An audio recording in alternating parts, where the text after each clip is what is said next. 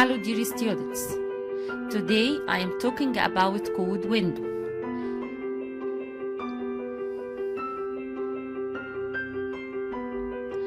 Let's start our lesson today.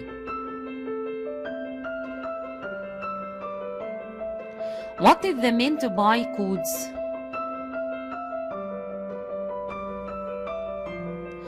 Codes are instructions and commands of programming language. They are written in English letters.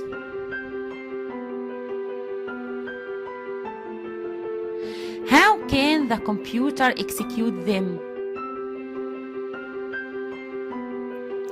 The compiler of programming language translates them into machine language to execute them by the computer. Where can I write the codes? You can write codes in code window. Come with me to know how to open code window.